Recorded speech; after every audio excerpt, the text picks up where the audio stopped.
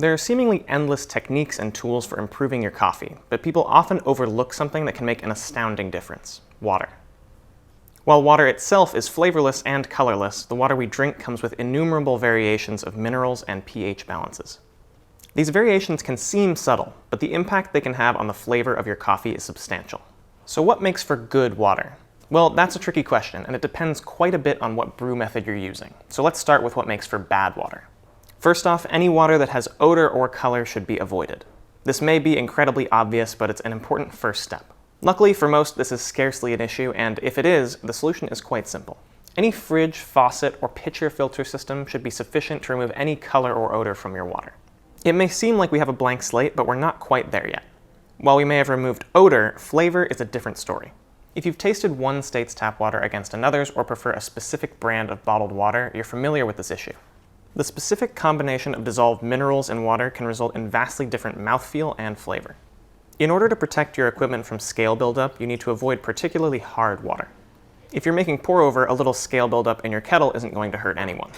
On the other hand, if you're using a coffee maker or espresso machine, scale buildup can single-handedly ruin your machine. Further, hard water just doesn't make very good tasting coffee. What we want is filtered water with a relatively low dissolved mineral content. Even further, the specific dissolved minerals in the water will subtly change the way it tastes. Water with a TDS reading of 60 could have 60 parts per million of dissolved sodium or 60 parts per million of dissolved magnesium. Those two options will taste very different, and most water softening solutions add or subtract one of those two minerals from your water. One of the most popular water softening options for espresso machines is in-tank water softening pouches. Oscar is one of the longest running brands. They make affordable sodium ion exchange pouches. These pull calcium and magnesium from your water and replace them with sodium. In terms of softening your water and protecting your machine from scale buildup, they work wonderfully, but sodium isn't the most popular choice when it comes to great tasting espresso. Most coffee professionals prefer the taste of water that has a slightly higher magnesium content. Luckily, BWT makes water softening pouches that pull sodium from the water and replace it with magnesium. Their products are unique in this way, and commercial versions of their products are used in many coffee shops. In terms of both flavor and machine health, this is our pick for a water softening pouch. If you plan to direct plumb your espresso machine or want a softener that you can hook up to your tap for use with a kettle or coffee maker, we recommend getting a water softening and filtration cartridge. We offer a kit that includes the cartridge, filter, stop valve, and pressure regulator, essentially everything between the espresso machine or faucet and your water line. A single cartridge should last you around a year and ensure consistently filtered and softened water.